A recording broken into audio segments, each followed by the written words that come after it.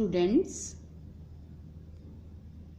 हिंदी व्याकरण में हम समास का अध्ययन कर रहे थे। पिछली वीडियो में हमने जाना समास किसे कहते हैं, समस्त किसे कहते हैं, समास विग्रह किसे कहते हैं। हमने समास के भेदों के बारे में जाना। आज हम संधि और समास में अंतर स्पष्ट करेंगे।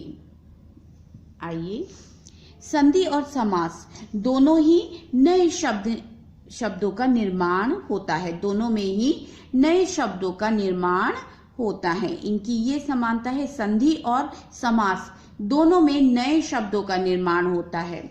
संधि में वर्णों का मेल होता है और जबकि समास में शब्दों का। ये अंतर है कि संधि वर्णों के मेल से बनते हैं, संधि के शब्द वर्णों के मेल से बनकर बनते हैं और समास शब्दों के मेल से।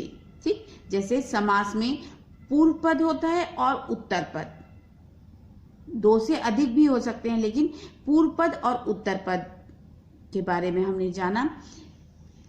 संधि में वर्णों के मेल से वर्ण परिवर्तन भी हो जाता है। संधि में वर्णों के मेल से वर्ण परिवर्तन भी हो जाता है, परंतु समास में ऐसा नहीं होता। समास में शब्दों के मेल से कोई परिवर्तन नहीं होता। ठीक, हमने दो बातें जानी। संधि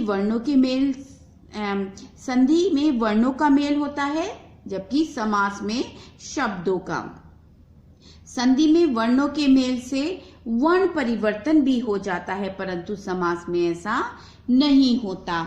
समास में कुछ पदों के बीच में कारकों की विभक्ति या समुच्चय बोधकों का लोप भी हो जाता है।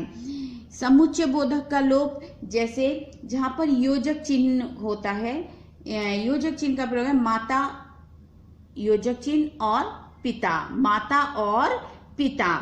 जब हम समस्त पद में लिखेंगे माता डैश या योजक चिन्ह या फिर लिखेंगे हम पिता, तो ये जो और है ये लुप्त हो जाता है। दूसरा विभक्ति का लोप होता है, जैसे नीलकंठ। नीलकंठ का अगर हम विग्रह करेंगे, नीला है जिसका कंठ, तो नीला है जिसका, ये लुप्त हो जाएगा और क्या आएगा, नीलकंठ। ठीक, आगे देखते हैं।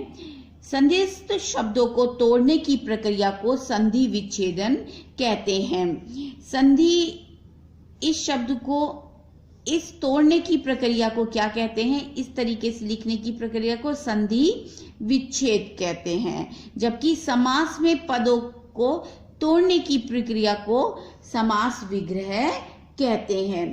संधिस्थ शब्दों को तोड़ने की प्रक्रिया को संधि विच्छेद कहते हैं। किसी संधि शब्द को अगर हम तोड़ते हैं तो उसे संधि विच्छेद कहेंगे, और किसी समास में समस्त पदों को हम तोड़ते हैं तो उसे समास विग्रह कहेंगे। ठीक, जैसे आप संधि देखेंगे, ये वर्णों के मेल से बनी है, सह धन अनुभूति, लेकिन जब ये मिलेंगे तो इसमें वर्णों में परिवर्तन आ जाएगा, जैसे सहानुभूति, नीलकंठ, ये दो शब्दों का मेल है और वहां पर वर्णों का मेल होता है।